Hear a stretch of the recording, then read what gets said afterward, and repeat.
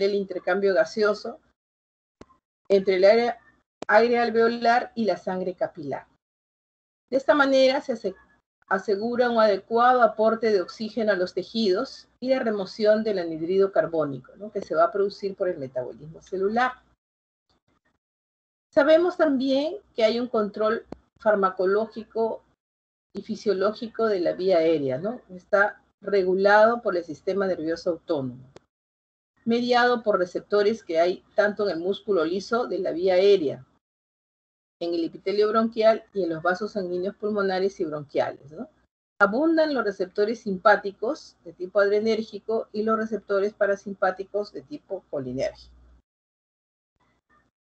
Vamos a desarrollar fármacos que se van a utilizar en las dos patologías más frecuentes que producen obstrucción bronquial.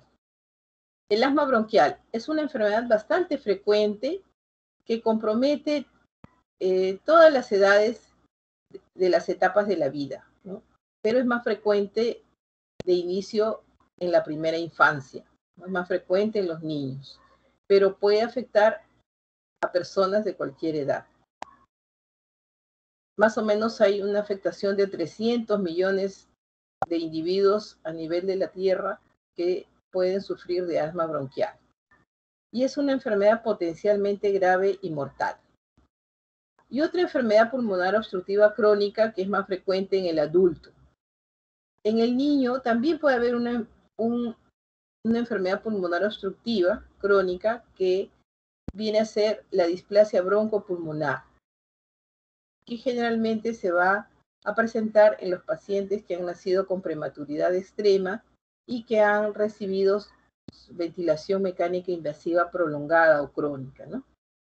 Entonces, lo común de estas enfermedades es que hay una obstrucción al flujo aéreo, ¿no? Y se va a manifestar por la presencia de broncoconstricción. Recordemos que el músculo bronquial se desarrolla a partir de los 6 meses, ¿no? Entonces, en los niños es frecuente que puedan haber episodios de sibilancias, pero no necesariamente están relacionadas a broncoespasmo o broncoconstricción, ¿no? Es probable que se deba a la obstrucción de la vía aérea porque hay un proceso inflamatorio, un edema de la mucosa que va a interferir en la expiración del aire. Entonces, de todas maneras, estos episodios de obstrucción bronquial van a producir alteraciones en la ventilación, perfusión y si esto es permanente, van a producir aumento de las presiones pulmonares y mayor trabajo respiratorio. ¿Qué es el asma bronquial? El asma bronquial es una enfermedad inflamatoria crónica de las vías respiratorias. En su patogenia van a intervenir diferentes células, ¿no? y que van a producir los mediadores de la inflamación. Puede estar condicionada tanto por factores genéticos como medioambientales.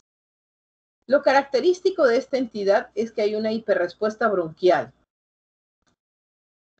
Puede ser ante el frío, ante algunos alergenos, como el ácaro, los ácaros, ¿no?, como el polvo, como el polen, olores fuertes, perfumes. Entonces hay una hiperreactividad bronquial. Entonces el paciente puede reaccionar ante muchos estímulos, ¿no? El asma es de causa multifactorial. Pudiera ser que en el asma infantil hay un componente atópico de fondo, ¿no? Pero podemos hablar mucho del asma, hay muchas clasificaciones del asma intrínseca, asma extrínseca, ¿no? Pero según la última clasificación de GINA, podemos, GINA de 2020, catalogar al asma bronquial como asma controlada y asma no controlada. Entonces, el asma controlada, como su nombre lo dice, va a responder a la terapia broncodilatadora y corticoide. Y el asma no controlada va a presentar episodios frecuentes de reagudizaciones, ¿no? Entonces, la característica del asma bronquial es, a pesar de que es una enfermedad crónica, tiene en forma variable y heterogénea muchos episodios de reagudización que se denominan crisis, ¿no? En las crisis se va a caracterizar por sibilancias, sensación de falta de aire, tos y opresión torácica.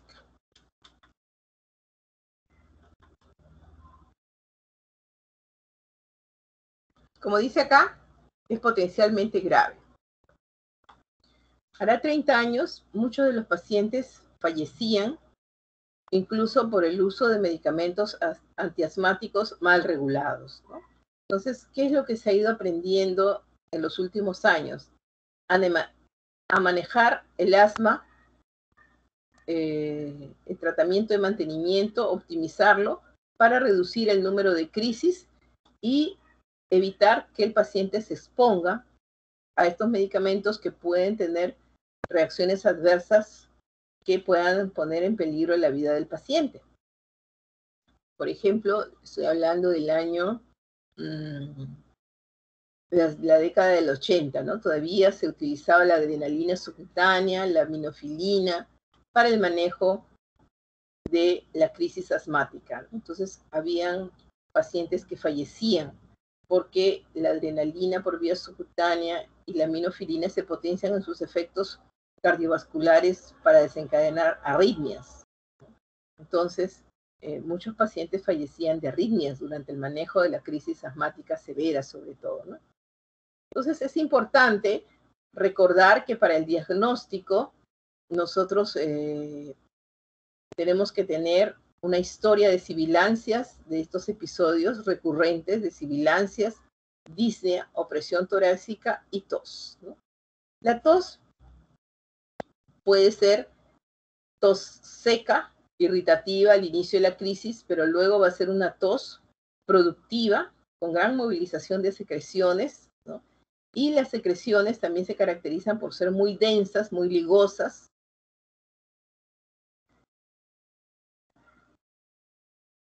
Entonces, la presencia de crisis frecuentes pueden imposibilitar al paciente para desarrollar sus actividades de la vida diaria, ¿no? Entonces, ahí está el objetivo del tratamiento, ¿no? Tratar de limitar la aparición de crisis y que el paciente asmático pueda tener una calidad de vida adecuada para que no esté faltando a su trabajo, no haya absentismo escolar, ni absentismo en las clases universitarias, ni en su trabajo, ¿no? Entonces, los síntomas del asma van a estar desencadenados fundamentalmente por la broncoconstricción y asociado al gran componente inflamatorio que de persistir bastante tiempo, en forma prolongada, va a desencadenar en cambios primero de hiperplasia y luego de hipertrofia del músculo liso bronquial.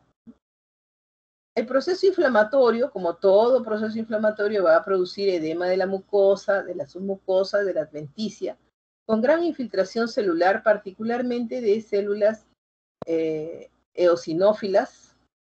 También van a activarse los linfocitos T helper, que van a producir interleuquinas, y los mastocitos, que también van a producir gran liberación de histamina. Entonces, hay una serie de mediadores que son importantes, como el leucotrieno, sobre todo el leucotrieno B4, que van a producir todos los cambios que se producen durante la crisis asmática y también durante la remodelación de la vía aérea, ¿no? Todo este proceso inflamatorio se va a incrementar porque al irritarse estas células hay gran producción de secreciones mucosas, se descaman las células epiteliales del epitelio bronquial, hay vasodilatación y dilatación capilar, y depósito excesivo de colágeno, ¿no? También hay otra enfermedad pulmonar obstructiva, el EPOC del adulto, que también se van a beneficiar con medicamentos broncodilatadores y antiinflamatorios, ¿no? Entonces, lo más importante que ustedes tienen que recordar que dentro de la patogenia del asma hay una tríada clásica, ¿no? Es el edema de la mucosa, la broncoconstricción y la hipersecreción bronquial.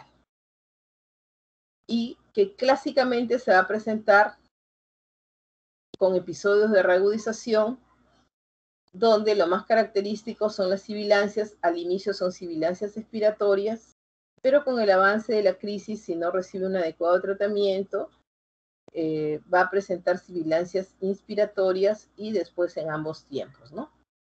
Esto va a condicionar dificultad para respirar, una sensación de ahogo, ¿no? Los pacientes dicen me ahogo, los familiares también dicen se está ahogando, ¿no? Sienten una sensación de opresión torácica, sobre todo en la parte anterior del tórax, y con una tos muy exigente.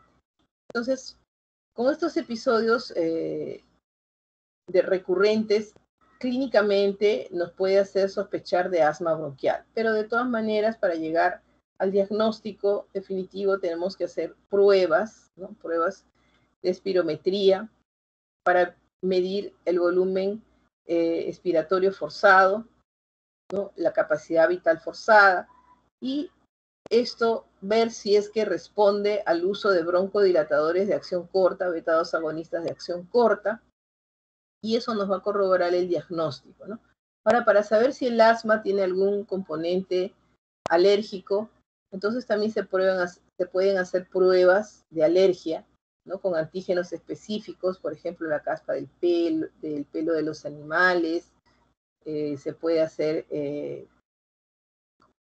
con otros alergenos, por ejemplo, el polvo de caza, el polen, los hongos como el aspergillus, ¿no? Cuando el asma tiene un gran componente atópico, nosotros podemos observar que la historia natural del paciente asmático que debuta después de los 2 años va a tener una historia de atopía, de dermatitis atópica durante la etapa de la lactancia.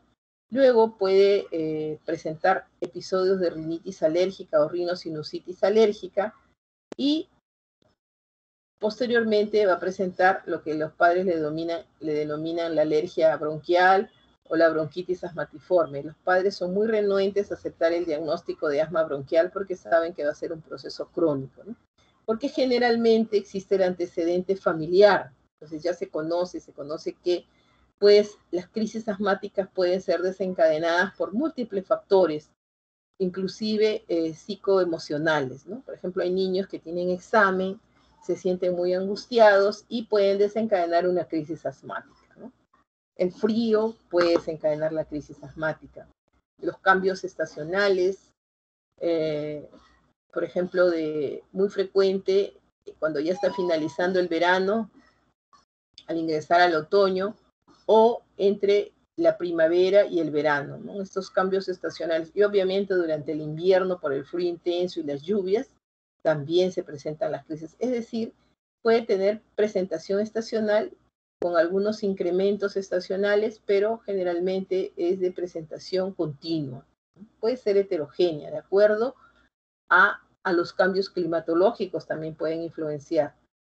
Entonces, para hacer el diagnóstico del asma se necesita la concurrencia de varios especialistas, ¿no?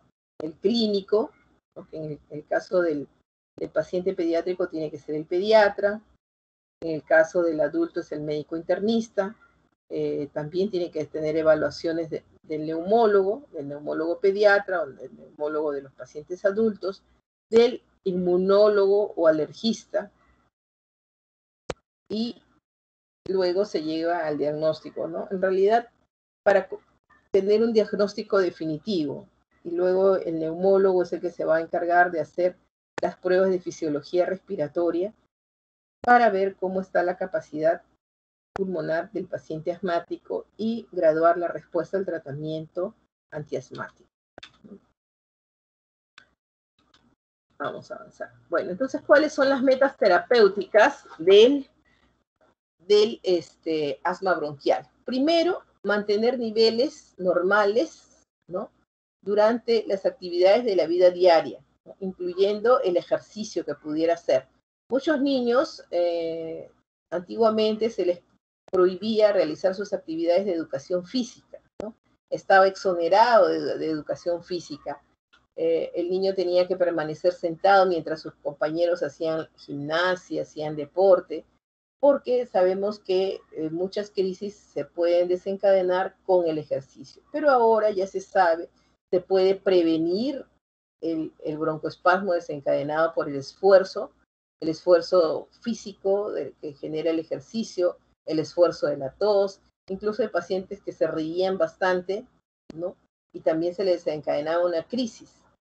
Entonces, ahora lo que se hace es regular la prescripción de los broncodilatadores y los corticoides inhalados para mantener una actividad normal del paciente, ¿no? Otro objetivo, otra meta, es mantener la función normal o lo más próximo a ello, ¿no? Porque muchos pacientes tienen su capacidad, que sufren de asma y no es bien tratada, es un asma de difícil control, se va a disminuir la función pulmonar, va a disminuir la capacidad vital pulmonar. Otro objetivo es prevenir los ataques o agudizaciones de los síntomas asmáticos, ¿no? Que son bien mortificantes y bien limitantes para los pacientes. Prevenir o controlar los síntomas crónicos, ¿no? Por ejemplo, los pacientes pueden tener tos matutina o tos nocturna, sobre todo, ¿no? Los adultos generalmente presentan tos exacerbaciones durante la noche y los niños pueden presentar exacerbaciones tanto en las madrugadas como en la tarde, ¿no? Otro objetivo es mantener un crecimiento y desarrollo normal. Por mucho tiempo, los niños, como les contaba, que se les restringía mucho en su actividad física, no hacían deporte y se les limitaba mucho, porque sí, efectivamente, sobre todo en el asma que tiene gran componente de atopía, algunos alimentos, ¿no? Algunos olores pueden desencadenar la crisis, entonces se limitaba mucho la alimentación del paciente asmático, se usaban mucho los corticoides por vía sistémica y eso traía reacciones adversas como talla corta final, osteoporosis y una entidad como la descalcificación, ¿no? La parte de la osteoporosis a nivel de la cadera, entonces con fracturas patológicas, entonces síndromes cuchinoides, entonces todo eso en la actualidad se ha modificado, ¿no? Pues estoy hablando que así eran los niños asmáticos, así como mostraban mucho efectos de los síndromes de Cushing, o sea, el síndrome cuchinoide. Otro objetivo es prevenir la mortalidad, ¿no? Les he mencionado que muchos pacientes podían fallecer durante la crisis, tanto por la disminución de la capacidad pulmonar como por el manejo inadecuado de las crisis. Y también evitar los efectos indeseables de los medicamentos asmáticos. Ustedes recordarán desde el inicio de las clases, se les ha mencionado que no hay medicamentos inocuos, ¿no?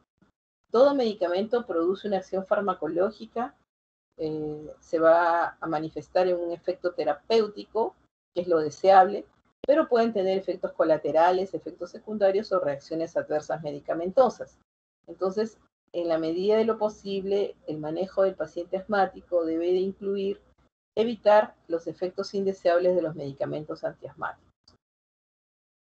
Y paralelamente al tratamiento farmacológico está el tratamiento integral del asma, donde se hace mucho hincapié en educar al paciente y a su familia. Por ejemplo, si se diagnostica que el paciente niño asmático tiene gran componente de atopía, se le da recomendaciones de cómo tiene que tener la habitación, ¿no? La habitación del paciente asmático, tanto niño como adulto, debe ser lo más sencilla posible, ¿no? En la medida de lo posible, su cama, su mesa de noche, pero no puede tener libreros, no pueden tener peluches, no puede tener un closet lleno de ropa. Las almohadas donde se almacenan los ácaros hay que cambiarlas continuamente. Las paredes de la habitación hay que pintarlas con regularidad. La ropa de cama hay que airearla y lavarla con frecuencia.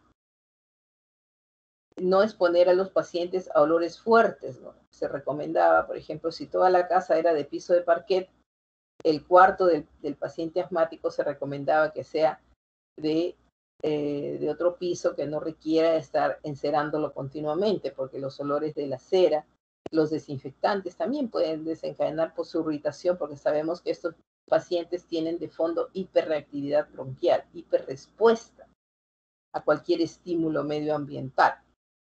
Entonces hay que hacer un control ambiental eliminando los agentes que induzcan o precipiten los síntomas de broncoconstricción.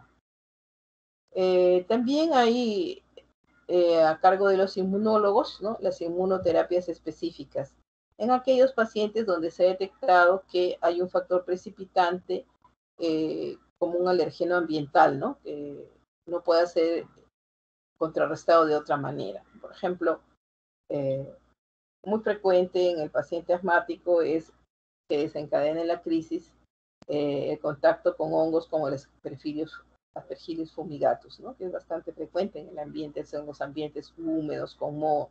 Entonces, cuando el inmunólogo le hace las pruebas, las intradermorreacciones, se detecta que hay una predisposición a que este alergeno esté condicionando las crisis asmáticas, entonces se trata de modificar todo el entorno, ¿no? Y así por el estilo, ¿no? Si se descubre que el paciente tiene hiperreactividad a la caspa de los animales, bueno, pues se recomienda que en la casa no haya mascotas. Si se produce por el polen, entonces se recomienda que durante los periodos de cambios estacionales, si el niño tiene una habitación cercana al jardín o que no tenga plantas cerca, ¿no? O de repente que cambien de plantas, aquellas que no eliminen tanto polen. O sea, todos esos cambios hay que hacer en el medio ambiente para tratar de evitar el mayor número de crisis, ¿no? Entonces, el primer objetivo del tratamiento farmacológico es evitar la aparición de síntomas y mantener la función pulmonar lo más normal posible. Evitar la inflamación crónica de los bronquios y evitar la remodelación de la vía aérea, ¿no? Entonces, ¿cuáles son los medicamentos que vamos a utilizar para el control o el mantenimiento del paciente con asma bronquial? Entonces, ocupan el primer lugar los glucocorticoides inhalados, ¿no? Luego se ha hecho un cambio, ¿no?, en las recomendaciones de GINA en relación al 2018. Ya no se usan los broncodilatadores de acción corta, que se denomina SABA, sino que ya se ha recuperado un lugar importante con los broncodilatadores de acción larga, que por sus siglas en inglés se les abrevia como LAB, ¿no? En algunos casos, ¿no?, se utiliza para el manejo del mantenimiento del asma de difícil control los antagonistas de los receptores de los leucotrienos, ¿no?, un anticolinérgico como el bromuro de tiotropio, y en casos de un asma ya no controlada, con exacerbaciones frecuentes, a veces hay pacientes que presentan crisis todos los días, el último recurso en realidad, aparte de combinar todos estos medicamentos que se utilizan en el manejo, es el uso de anticuerpos monoclonales antiinmunoglobulina E. Y la recomendación, ¿no?, es que se debe dar el tiempo durante la medicación combinada durante un tiempo prolongado, ¿no? No es como muchos pacientes, por eso hay que educar a la familia. Muchos pacientes creen que el tratamiento del asma consiste solamente en revertir la crisis y se rehúsan a usar, ¿no? Entonces dice, se va a hacer dependiente, se va a acostumbrar, y se rehúsan a usar la medicación inhalatoria, ¿no? Porque lo que se recomienda ahora, ya desde hace muchos años, varias décadas atrás, es evitar en la medida de lo posible el tratamiento sistémico para el tratamiento de mantenimiento. O sea, la vía inhalatoria es la indicada para el tratamiento de mantenimiento. Y el segundo objetivo del tratamiento del asma es que cuando aparecen las crisis hay que controlar rápidamente los síntomas producidos, ¿no?, desde el inicio de la crisis, ¿no? Incluso se le educa a la familia. La familia del paciente asmático tiene siempre en su botiquín los medicamentos para el rescate, ¿no? Los medicamentos para el rescate son los broncodilatadores beta-2 agonistas de acción corta, como el salbutamol, el fenoterol y la terbutalina. Y puede utilizarse en forma combinada con los anticolinérgicos inhalados como el bromuro de ipatropo. Es decir, que se recomienda al inicio de la crisis tratar de controlar la crisis en el domicilio para evitar las que el paciente acuda a la emergencia, porque muchas veces las crisis se presentan en la noche o en la madrugada. Entonces, y hay que evitar la progresión a la crisis grave. Entonces, se le educa a la familia y la familia ya sabe, ¿no? Que si se ha presentado el inicio de la crisis, se comienza a hacer el rescate con los SABA por vía de aerosol terapia. Entonces, cuando llegan, si esto no se resuelve la crisis, ya llegan a emergencia, entonces pasamos al siguiente paso. El asma no controlada, entonces va a requerir, o de difícil control, va una combinación de fármacos antiinflamatorios, que van a ser los corticoides inhalados, ¿no? Los broncodilatadores de acción corta solo durante la crisis y con la menor dosis posible. Y el objetivo es tener que utilizar poco o nada la medicación de rescate, ¿no? Entonces esto se considera que el tratamiento está siendo exitoso y luego pasamos ya pues a que el paciente ya tiene un cuadro de asma controlada. Y cuando el paciente tiene un asma controlada, los síntomas van a ser muy ocasionales, ¿no? Y van a presentar síntomas leves y de corta duración. Generalmente desaparecen los síntomas nocturnos. Y en estos casos se puede usar broncodilatadores de acción corta. Bueno, esto es para, hay muchos resistencia de los padres cuando el pediatra le da el diagnóstico de asma bronquial, ¿no? Entonces existe el índice predictivo del asma, ¿no? El IPA. Por ejemplo, no podemos decir que un niño lactante con mucha facilidad que tenga asma, porque sibilancias, ya les he dicho, no es sinónimo de broncoconstricción. El niño puede tener episodios de sibilancias en menor de 2 años y pueden ser desencadenados por infecciones virales, ¿no? Por ejemplo, el cuadro de bronquiolitis. El cuadro de bronquiolitis se puede presentar clásicamente con una infección respiratoria alta y sibilancias. Y el paciente puede tener hasta 2 episodios de bronquiolitis en sus 2 primeros años. Eso no significa que se está prediciendo que va a ser un paciente asmático, ¿no? Pero los padres de estos niños, sobre todo si hay antecedentes de asma en la familia, se preocupan mucho, ¿no? Entonces, hay criterios, ¿no? Hay criterios. Por ejemplo, lactantes que hayan presentado, porque les he dicho que hasta 2 episodios pueden ser de origen viral, pero si el paciente lactante presenta 3 o más episodios de sibilancias al año durante los primeros 3 años de vida, sería un criterio mayor, ¿no? Otro criterio mayor es que uno de los padres tenga diagnóstico de asma. Otro de los criterios mayores es que el paciente haya tenido eczema tópico. Y criterios menores para el diagnóstico de asma infantil es la presencia de rinitis alérgica, pero tiene que haber sido diagnosticado por un médico, ¿no? Antes de los 3 años de vida. Que el paciente presente sibilancias no asociadas a resfriados, ¿no? Ahora, como yo les he dicho, los pacientes tienen una hiperrespuesta bronquial y la mayoría de infecciones virales pueden desencadenar una crisis asmática, ¿no? Entonces, siempre dentro de la educación que se le hace a la familia, es que evitar que se exponga el paciente a cuando hay personas que tengan un proceso infeccioso de las vías respiratorias superiores. Después, otro criterio menor es que haya presencia de eosinofilia en la sangre periférica igual o mayor al 4%. Entonces, los valores predictivos para el diagnóstico de asma en algún momento entre los 6 y los 13 años, el valor predictivo positivo del 77% y el valor predictivo negativo del 68%, ¿no? Entonces, esto nos va a tratar de hacer el diagnóstico lo más cercano posible a niños menores de 3 años, ¿no?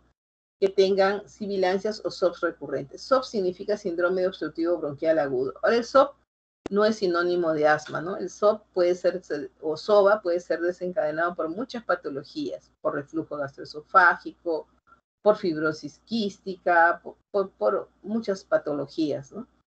Pero también puede ser paciente que tiene episodios recurrentes de SOP, puede ser que va a desarrollar asma en los siguientes años.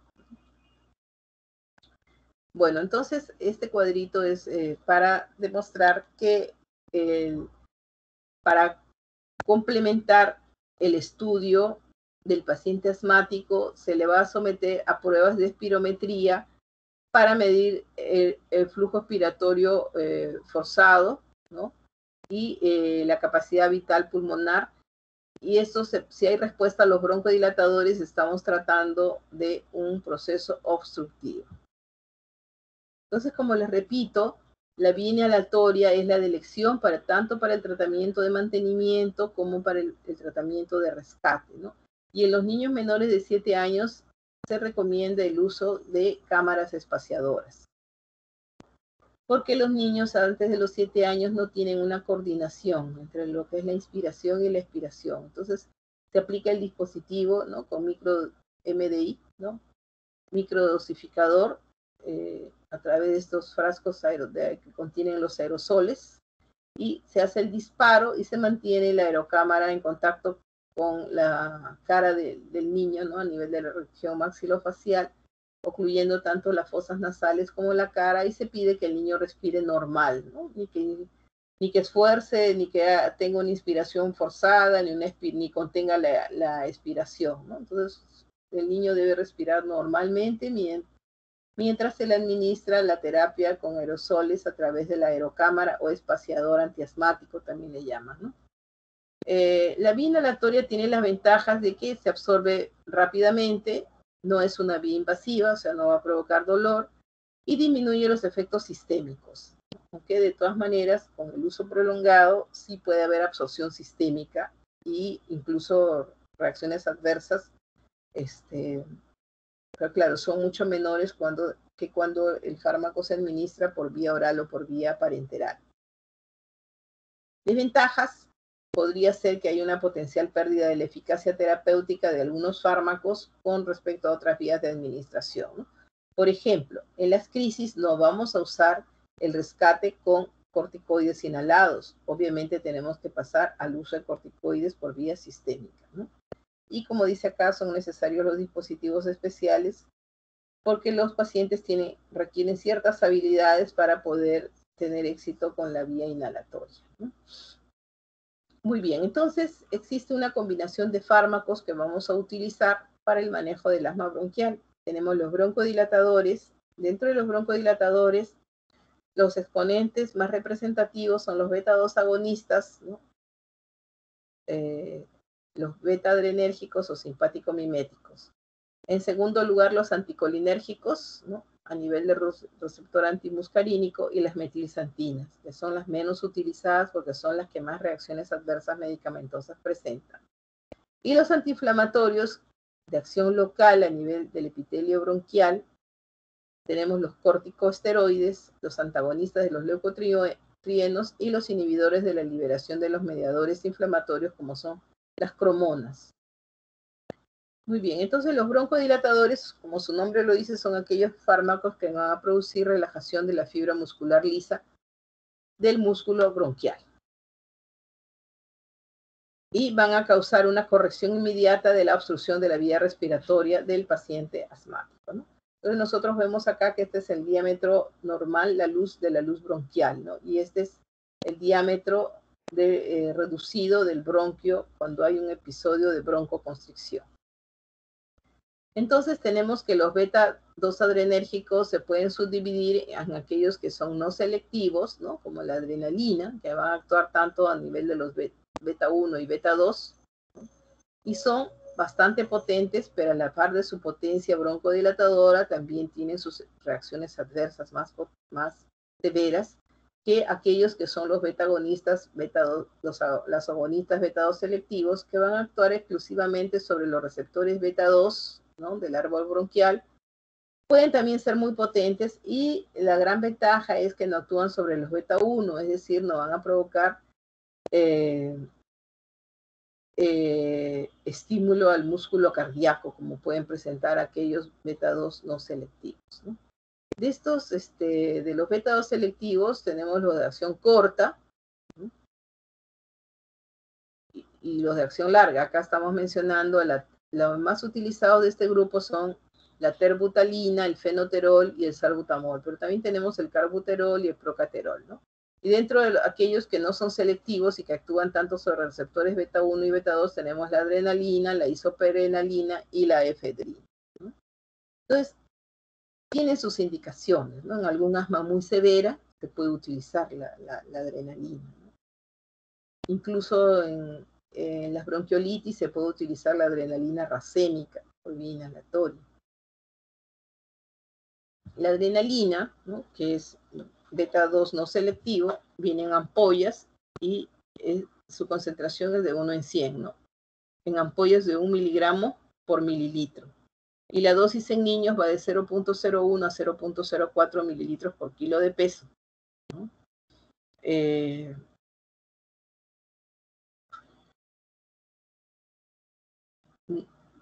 No más de 0.3, ¿no? Digamos no más de 1/3 de ampolla. Se puede utilizar por vía subcutánea, ¿no?, o la adrenalina racémica por vía nebulizada.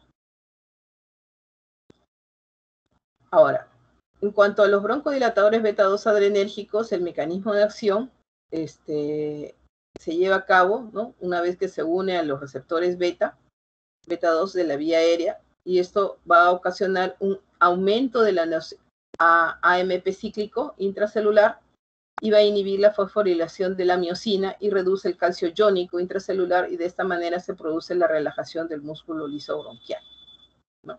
Entonces, ¿cuáles son sus efectos? La broncodilatación, pero aparte de la broncodilatación se va a producir inhibición de la liberación de neurotransmisores como la acetilcolina y los mediadores de la histamina, ¿no? Va a haber una reducción de la permeabilidad microvascular, un aumento del aclaramiento mucociliar, inhibición de la degranulación de mastocitos, inhibición de la acción de los leucotrienos, disminución de la quimiotaxis de los leucocitos a nivel de la pared bronquial.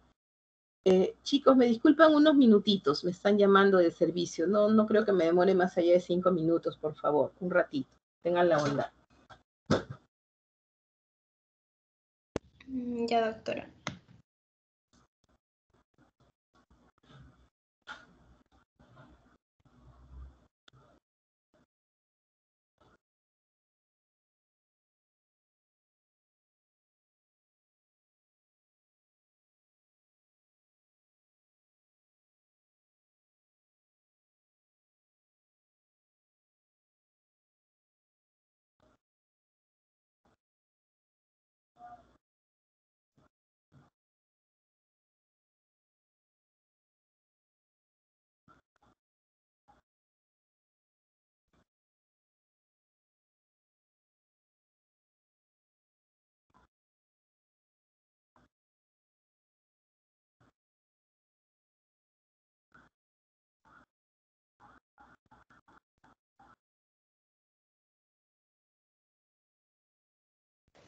La integral de x cuando x va de 0 a...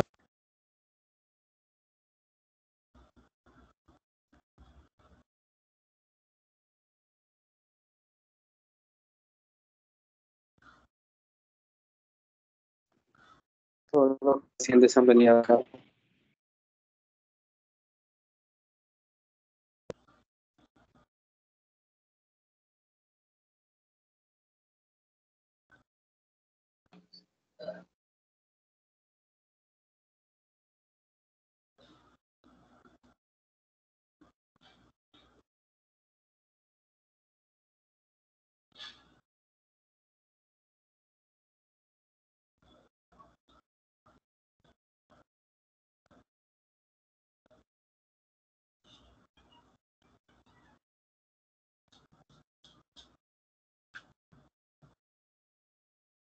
Muy bien, gracias, ya estoy acá.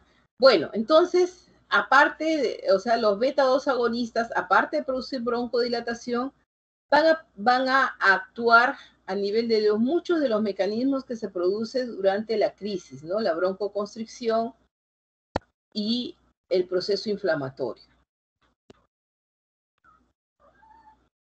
La duración de la acción adrenérgica está en relación a la velocidad de unión del fármaco con el receptor adrenérgico, ¿no? Entonces, como les dije, se clasifican como beta-2 agonistas de acción corta, cuyo efecto va a durar máximo 6 horas, ¿no? Y los de acción prolongada, que podemos prescribirlos cada 12 horas. Los de acción corta tenemos que también se les denomina como, ¿recuerdan cómo se recomienda en las guías? Como SABA, ¿no es cierto? Tenemos el fenoterol, el salbutamol y la terbutalina. En realidad, los que más se utilizan son el fenoterol, nombre comercial, Verotec, el más conocido, y el salbutamol, que tiene muchos nombres. Esos son los nombres genéricos, ¿no? Y el salbutamol, que el más conocido, el de marca, el de origen, es el Ventolin, ¿no? Entonces son de acción rápida, se utilizan para el tratamiento de rescate y la prevención de la crisis. Y los de vida media larga, que son el salmeterol, el formoterol y el clenbuterol, que son de acción prolongada, se prescriben cada 12 horas, se utilizan para el tratamiento de mantenimiento, tanto para el asma persistente, moderada y grave, como para los cuadros de enfermedad pulmonar obstructiva crónica del adulto, o sea, el EPOC. Bueno, entonces el salbutamol, como ustedes ven, ¿no? Viene en aerosoles presurizados. El inhalador tiene 200 dosis de 100 microgramos. En los lugares donde hay programas de control de asma, entonces se les da, se les calcula, ¿no? Cuánto le va a durar de acuerdo a la prescripción terapéutica que haga el médico, porque los pacientes suelen acumular los medicamentos, luego se vencen y ahora han abaratado bastante sus costos, pero es cuando recién se comenzó a utilizar la terapia inhalatoria, ¿no? Estamos hablando de unos 20 años atrás, eran costosos, ¿no? También tenemos que vienen en solución para nebulizar, ¿no? La solución para nebulizar, donde 1 mililitro equivale a 5 miligramos, ¿no? Y la presentación oral, que cada vez se usa menos, como hemos visto acá, ¿no? El jarabe y las tabletas, ¿no? Todavía se expenden, pero no es recomendada para la prescripción de mantenimiento. No se debe utilizar. Entonces solamente vamos a usar los de acción corta para el manejo de la crisis. Ya no se recomienda para la prevención de la crisis, ¿no? Porque se ha visto que incrementa la mortalidad y la presentación, o sea, no controla en realidad la aparición de nuevas crisis, ¿no?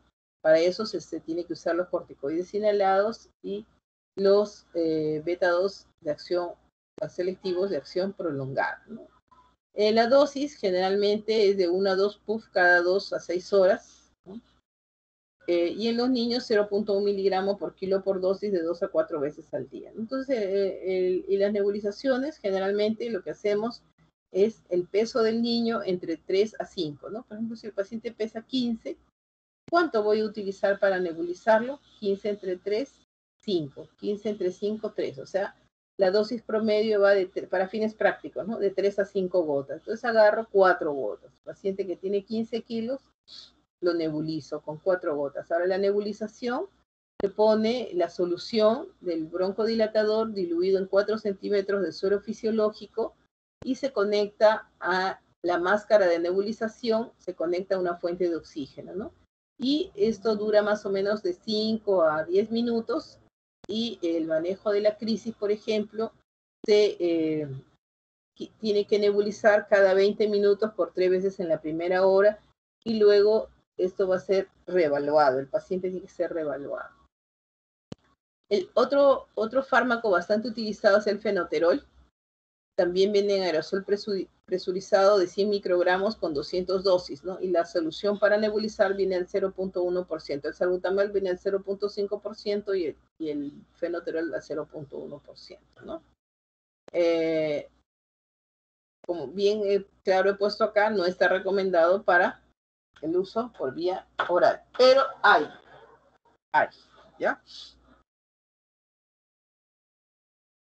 La terbutalina también viene en ampollas, ¿no? Para nebulizar de 1 mililitro. Este es el 0.5%. Terburop o terbutal también, ¿no?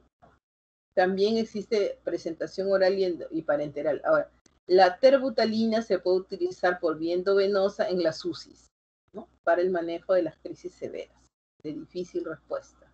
Ahora, los de acción prolongada, por ejemplo, el salmeterol, que viene en inhalador de 25 microgramos por cada puff, ¿no? Se hace un disparo, o 1 o 2 disparos cada 12 horas, ¿no? Y el formoterol, aparte que también viene por vía inhalatoria, también tiene presentación para uso sistémico por vía oral, tanto tabletas como jarabes. Y el clenbuterol también viene en jarabes. Como les digo, no se debe recomendar la vía oral, ni en jarabe, ni en tabletas, ni para niños, ni para adultos, solamente es la vía inhalatoria, son las últimas recomendaciones, ¿no?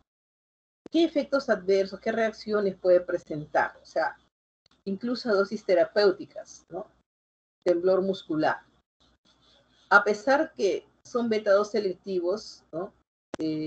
También provocan taquicardia, pueden provocar reducción de los niveles séricos de potasio, o sea, hipopotasemia. Incluso las nebulizaciones o las inhalaciones con salbutamol o fenoterol se utilizan para el manejo de la hipocalemia leve a moderada. Puede provocar inquietud, ¿no? Pueden provocar hipoxemia, con pérdida de la relación ventilación-perfusión, por la hipoxia, ¿no? Pueden presentar efectos metabólicos como incremento de los ácidos grasos libres, incremento de los niveles de insulina, de glucosa, ¿no? De piruvato y de lactato. Y la adrenalina, que ya sabemos que no es selectiva, es más, todavía produce más taquicardia y puede desencadenar arritmias, ¿no? Arritmias, sobre todo arritmias ventriculares, y puede agravar la angina de pecho. Y la terbutalina suprime el trabajo de parto, ¿no? Muy bien. Entonces, dentro ya hemos revisado los beta-2 agonistas de acción corta y de acción prolongada. El otro grupo de broncodilatadores tenemos los anticolinérgicos que se unen a nivel de los receptores antimuscarínicos, que tenemos la atropina, el bromuro de hipatropio y el bromuro de tiotropio, ¿no? Entonces, el mecanismo de acción es que reduce la contracción de la musculatura lisa y también reduce, por sus propiedades anticolinérgicas, la secreción glandular mediante el bloqueo de los receptores muscarínicos de la acetilcolina, ¿no? Entonces, es un coadyuvante muy importante en el tratamiento broncodilatador del asma y en la reducción de las secreciones, ¿no? También se puede utilizar en el EPOC y en casos de laringoespasmo, ¿no? ¿Qué reacciones adversas va a producir? Boca seca, visión borrosa, retención urinaria. Entonces, estos anticolinérgicos son antagonistas competitivos en la unión de la acetilcolina a los receptores de tipo muscarínico, ¿no? M1, M2, M3. Los efectos de la acetilcolina en el aparato respiratorio incluyen no solo la broncoconstricción, sino también el incremento de las secreciones bronquiales, ¿no? Y les he dicho que en el asma las secreciones son muy densas, muy ligosas, ¿no? Entonces, además de utilizar los broncodilatadores, no nos olvidemos de administrarle una adecuada hidratación, ¿no? Después, el otro anticolinérgico muy utilizado por vía inhalatoria y también por vía endovenosa es el Atrovent, ¿no? El bromuro de hipatropio, su nombre comercial de Boehringer es Atrovent, ¿no? También tiene, aparte del aerosol, tiene solución para nebulizar y también tiene ampollas, ¿no? Son más modernas. Y el sulfato de atropina, que también se puede utilizar para nebulizar. ¿Ya? Ya hemos visto las reacciones adversas: se queda en la boca, visión borrosa, alteración del gusto, náuseas, vómitos, disfagia, estreñimiento, retención urinaria, midriasis, fotofobia, palpitaciones, cefalea, confusión mental y somnolencia. Entonces ya sabemos que son antagonistas competitivos de los receptores muscarínicos. Ya, las metilxantinas es el otro grupo importante de broncodilatadores, ¿no? Que se usaban mucho en la actividad y que ahora solamente se usan para el manejo de las crisis graves, ya no se utiliza para el tratamiento de mantenimiento. La teofilina sí se puede utilizar como estimulante respiratorio en el recién nacido. ¿Ya? Entonces, como dice acá, en algunos casos de asma de difícil control se puede utilizar la teofilina con comprimidos de liberación retardada, ¿no? Y la aminofilina se puede administrar por vía endovenosa en infusión continua. ¿Cuál es el mecanismo de acción que inhiben a las enzimas fosfodiesterasas, ¿no? Antagonista de los receptores de adenosina, inhiben la liberación de histamina y leucotrienos, ¿no? Inhiben la liberación de interleuquina 10, de esta manera reducen los efectos inflamatorios, ¿no? Disminuyen el calcio intracelular y también el desacoplamiento del calcio intracelular. Entonces las metilxantinas también, como les repito, aparte del efecto broncodilatador, pueden ser estimulantes respiratorios, ¿no? La teofilina es una metilxantina, ¿no? Muy emparentada con la cafeína y la teobromina, ¿se acuerdan? Son dentro de las aminas despertadoras, ¿no? Y puede utilizarse, como les digo, en casos muy puntuales cuando hay dificultades para el manejo de la crisis, del mantenimiento, perdón, ¿no? Entonces, su mecanismo de acción, aparte de la inhibición de las enzimas fosfodiesterasas, no está claro, ¿no? Sabemos que no es su único mecanismo de acción. Aparte del bloqueo de la inhibición de la enzima fosfodiesterasa y el bloqueo de los receptores de adenosina, no se conoce qué otros mecanismos tenga, ¿no? Para poder obtener, aparte la relajación del músculo liso bronquial, la vasodilatación a nivel de los vasos pulmonares, también aumenta el flujo sanguíneo, disminuye la hipertensión pulmonar. ¿Ya? Ya hemos dicho, la presentación de ampollas de aminofilina, no se recomienda el uso salvo casos muy excepcionales de aminofilina por vía oral. ¿Cuáles son sus reacciones adversas medicamentosas a nivel cardiovascular? Destacan, ¿no? Palpitaciones, extrasístoles, precipitación de arritmias. A nivel gastrointestinal, náuseas, vómitos, diarrea, dolor epigástrico. Recuerde que es un estimulante de la secreción de ácido clorhídrico.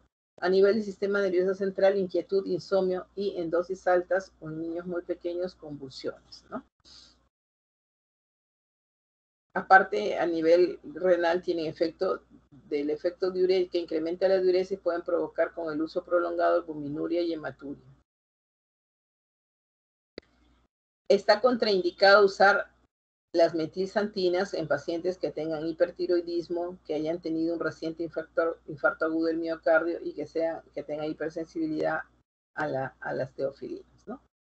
Y ese es entonces todo el grupo de broncodilatadores. Y el segundo gran grupo son los antiinflamatorios, donde tenemos pues que se utilizan los glucocorticoides. Y tenemos dos formas de presentación: los corticoides inhalados, tanto de acción corta como de acción prolongada, y los corticoides de acción sistémica, ¿no? Entonces tenemos la beclometasona, ¿no? Que es una corticoide inhalado de acción corta, y el budesonide y la fluticasona, que son de acción prolongada, ¿no? Estos son los de elección en el tratamiento de mantenimiento. Y los corticoides sistémicos que se van a utilizar durante la crisis, ¿no? Entonces puede ser por vía oral, por ejemplo, lo podemos manejar en el paciente de acuerdo al grado de severidad. Podemos utilizar metilprednisolona, la dosis en niños de 1 a 2 miligramos por kilo por dosis, la hidrocortisona de 5 miligramos por kilo por dosis, y la dexametasona 0,2 a 0,3 miligramos por kilo por dosis, ¿no? Entonces lo sacamos al paciente de la crisis y puede ir de alta 2 o 3 días con corticoides por vía sistémica y sin dejar de utilizar los corticoides inhalados. ¿Cuáles son los efectos que se va a producir? Van a contribuir a la disminución del broncoespasmo, disminuye la producción de moco, ¿no? Y obviamente pueden provocar,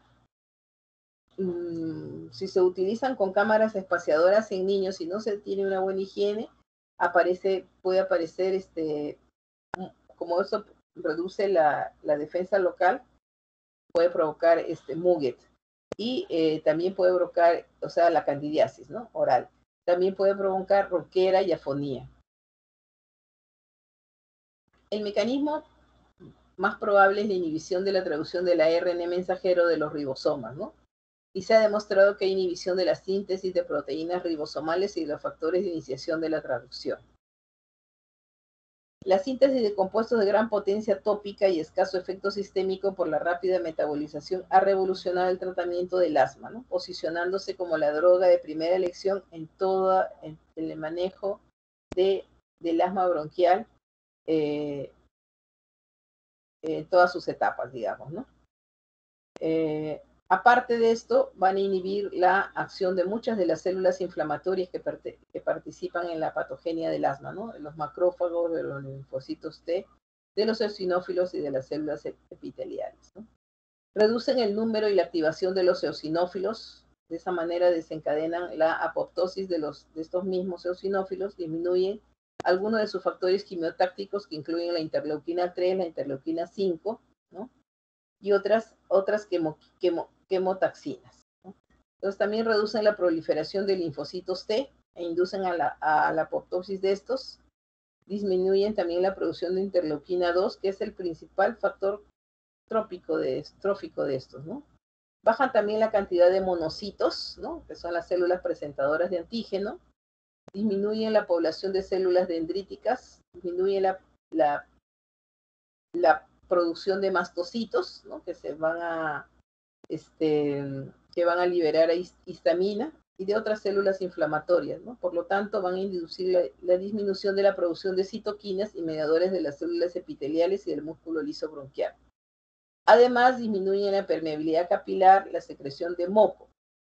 Y estos efectos son producidos por diferentes mecanismos, ¿no? Que incluyen pues la síntesis de proteínas con efecto antiinflamatorio y la inhibición de la síntesis de numerosos factores proinflamatorios y de crecimiento, ¿no?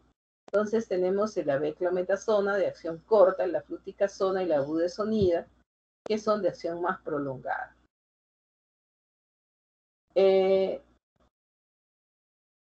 De todas maneras, también se ha descrito que a pesar de que se prefiere los corticoides inhalados para reducir al máximo sus efectos sistémicos, ¿no? Se sabe que con el uso prolongado pudiera haber supresión de la función del eje hipotálamo hipófisis suprarrenal, ¿no? En dosis muy altas y en tratamientos muy prolongados. Entonces nosotros sabemos que con la administración por vía sistémica de 7 días, ¿no? De un glucocorticoide estamos bloqueando el eje hipotálamo hipófisis suprarrenal, de tal manera que nosotros, después de 7 días de tratamiento de mantenimiento con corticoide, tenemos que hacer el descenso progresivo para ir recuperando, que se recupere la función del eje hipotálamo hipófisis suprarrenal. Pero generalmente al paciente se le da una dosis corta cuando sacamos al paciente de alta después de una crisis, le damos corticoide sistémico, ¿no? Como les digo, de acuerdo a la severidad de la crisis, pero por un máximo de 3 a 5 días. ¿Ya? Entonces, en ese momento no se está bloqueando el eje hipotálamo hipófisis suprarrenal. También pudieran tener efectos sobre el metabolismo óseo, ¿no? Aunque las dosis de corticoides, o sea, cuando se da por 3 días, se reduce el efecto sobre la mineralización del hueso, ¿no? Se reduce la osteoporosis, pero también se ha demostrado que los corticoides a dosis altas por vía inhalatoria pudieran provocar disminución de la densidad ósea, ¿no? Con predisposición a osteoporosis. Igual, efectos, habíamos dicho que los efectos, las reacciones adversas de los corticoides sistémicos son la talla baja, en el niño la talla baja final. Entonces, el uso de dosis altas por vía inhalatoria también puede traer problemas de crecimiento en niños, ¿no? Por eso es que hay que monitorizar el desarrollo y crecimiento de estos pacientes. En el embarazo, la budesonida tiene categoría B, ¿no? O sea, no se evidencia riesgo. Mientras que los demás, como la fluticasona y la beclometasona, están relacionados con categoría C, ¿no? Igual, durante la etapa de la lactancia, en la madre y en el niño hay que sopesar riesgo-beneficio, ¿no? Entonces, el uso de los glucocorticoides, ¿no? Entonces, es en el profilaxis y tratamiento, o sea, la profilaxis de las crisis y el tratamiento crónico del asma y de la enfermedad pulmonar obstructiva crónica, ¿no? En la crisis broncoespasmo, las crisis asmáticas se utilizan junto con los broncodilatadores, pero recalco por vía sistémica, bien sea por vía oral, como la prednisona, ¿no? O la prednisolona, o por vía endovenosa, ¿cuáles son? Metilprednisolona, hidrocortisona o dexametasona, ¿no? También se puede utilizar los corticoides por vía inhalada en los casos de rinitis alérgica y otitis media serosa, ¿no? A través de aerosoles nasales. Las formas, incluso para la rinitis, ¿no? Las formas farmacéuticas para la aplicación nasal se usan para disminuir las recurrencias de los pólipos nasales después de la cirugía, ¿no? Entonces tenemos aquí la beclometasona, nombre comercial Mecloben, Bronconox, ¿no? O mismo beclometasona, que es el genérico. La budesonida, ¿no? La ciclosenida, que es Alvesco, la fluticasona, que es el flixotide, y también la triamcinolona, que es para uso tópico nasal, ¿no? Es el nasocort. Por último, tenemos los antagonistas de los receptores de los leucotrienos, que se creía que iban a hacer la panacea, ¿no? Como el Montelukast y el Zafirlukast. En realidad solamente se pueden utilizar para aquellas amas moderadas, ¿no? ¿Cuál es su mecanismo de acción? Inhiben los receptores de leucotrienos, ¿no? Y eso van a producir broncodilatación, ¿no? Porque sabemos que los leucotrienos son los más potentes vasoconstrictores que hay a nivel del músculo liso bronquial. Además, incrementan la producción de moco, y un moco, una discrinia, ¿no? O sea, un moco denso, ligoso.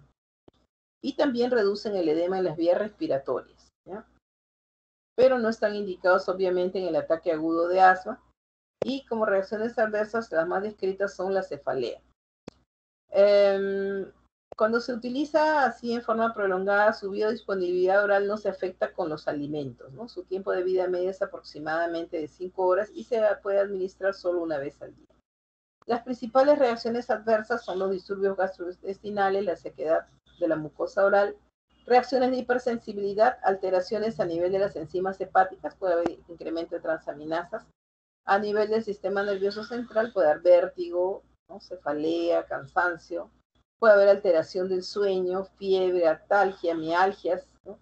Y pueden condicionar las infecciones del tracto respiratorio superior. Entonces sabemos que no es un broncodilatador, no puede utilizarse en reemplazo de los broncodilatadores, pero puede ser un coadyuvante en el manejo, ¿ya? Y por último, la liberación de los mediadores, las cromonas, como el neodocromil y el cromoglicato disódico, que van a impedir la liberación de los mediadores de la inflamación a nivel de los linfocitos y los basófilos, ¿no? Se puede utilizar cromoglicato vía inhalatoria. Se utilizan en la prevención del asma inducida por alergenos externos, por la reducción del asma desencadenada por el ejercicio, el frío, los alimentos, ¿no? Pero pueden tener efectos adversos de alterar el gusto, producir cefalea, náuseas y tos, ¿no? Bueno, aquí creo que... pero no nos olvidemos que cuando vamos a manejar la crisis asmática tenemos que evaluar el grado de severidad. Hay muchos score, ¿no? Por ejemplo, el más utilizado en pediatría es el score de Birman y Pearson, ¿no? Entonces nosotros catalogamos a la crisis como leve, moderado, severa. Y si nosotros tenemos para hacer la espirometría, ¿no? Entonces podemos también hacerle su flujo, perdón, la flujometría que podemos hacer, ¿no? Y de acuerdo a la respuesta, de acuerdo al resultado, nosotros podemos catalogar, ¿no? O sea, hacer una valoración clínica y de flujo expiratorio forzado, ¿no? Y si es más de 80, estamos hablando de un cuadro leve. Si la crisis asmática es moderada, el flujo expiratorio forzado está entre 60 y 80, y si es una crisis asmática, está en menos de 60. ¿Ya? Entonces, por ejemplo, aquí podemos utilizar, ¿no?, el manejo de la crisis por beta-2 agonistas nebulizados, ¿no? Beta-2 agonistas nebulizados y corticoides intravenosos. Y si la crisis es muy severa, aparte del manejo con corticoides sistémicos y broncodilatadores vía nebulización, se tiene que valorar su ingreso a UCI para soporte ventilatorio invasivo o no invasivo, ¿no? Aparte de eso, es muy importante mantener una oxigenación adecuada y una hidratación adecuada, ¿ya? A quienes le aplicamos oxígeno, el soporte oxigenatorio cuando el paciente a nivel de aquí de nuestra ciudad de Lima satura menos del 92%. ¿Y con qué le podemos dar la oxigenoterapia? Tiene que ser oxígeno húmedo tibio. Puede ser a través de cánula binasal, a través de máscaras de reservorio o a través de blenders, ¿no?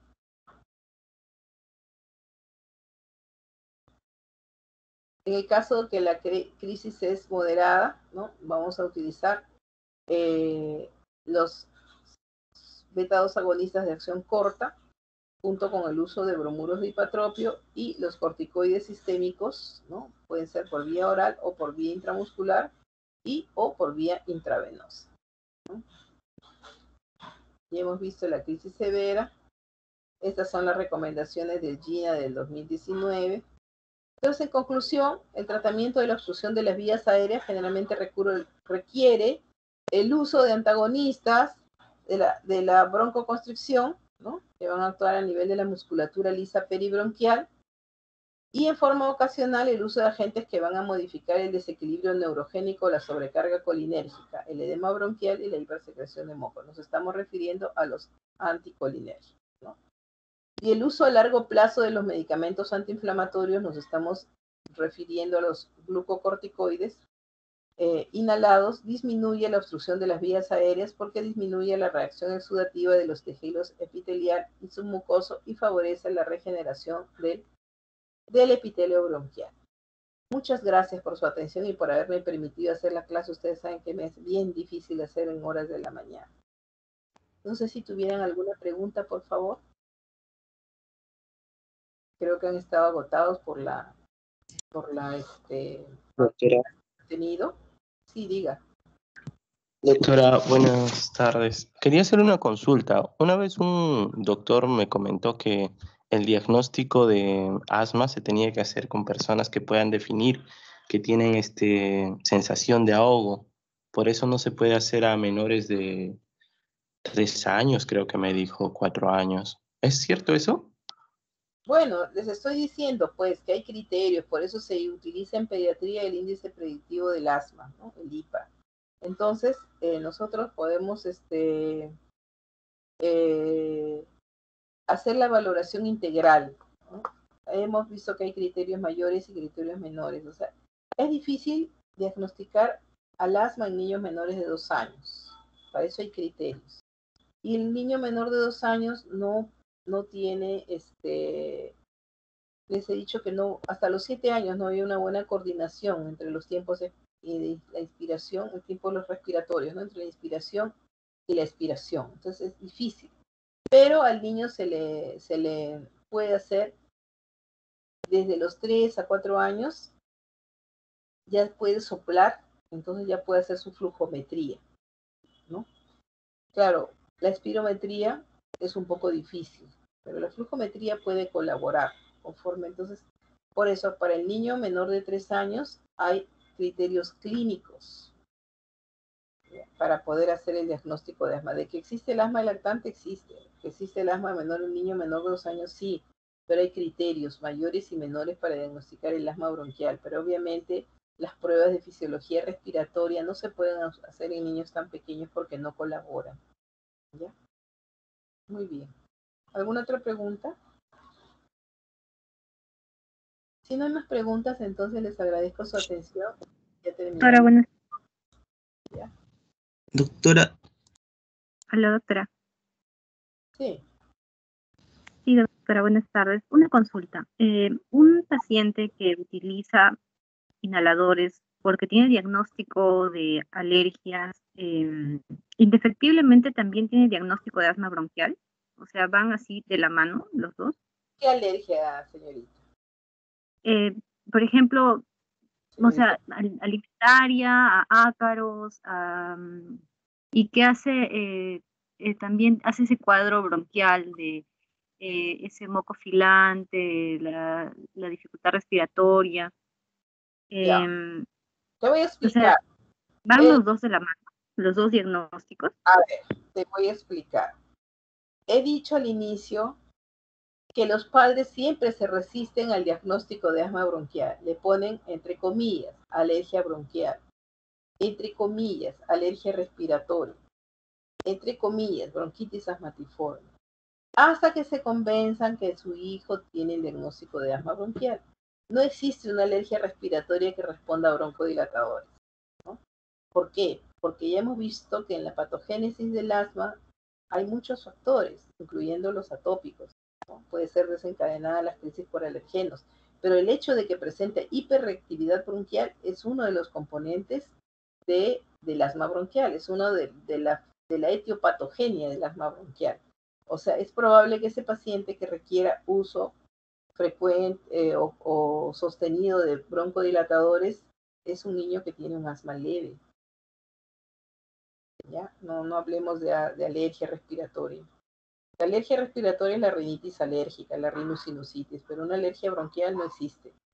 Existe el asma bronquial, de causa multifactorial. ¿Ya? Sino que, como les digo, tenemos que tener mucho tino para hacer el diagnóstico y para que los padres se convenzan. Ese paciente que, entre comillas, tiene alergia bronquial en algún momento de su vida va a ser crisis. Entonces ya sabemos que el asma es una enfermedad inflamatoria crónica con episodios recurrentes, ¿no? De broncoconstricción, tos o presión torácica y sibilancia. Ese es el asma bronquial, esa es la definición de asma bronquial, ¿ya? ¿Alguna otra pregunta? Doctora, soy Foley. Sí, doctora, ya le tomé cuando inició su clase nada más. Doctora, ¿podría subir las diapositivas, por favor, al team? Ya las voy a poner en PDF y las subo, te las mando por correo, ¿ya? Ya, doctora, por favor. El lunes es nuestro examen. Ya. Ya, doctora, muchas gracias. Oli. Ya, muy bien. Hasta luego. Doctora, muchas gracias. Oli.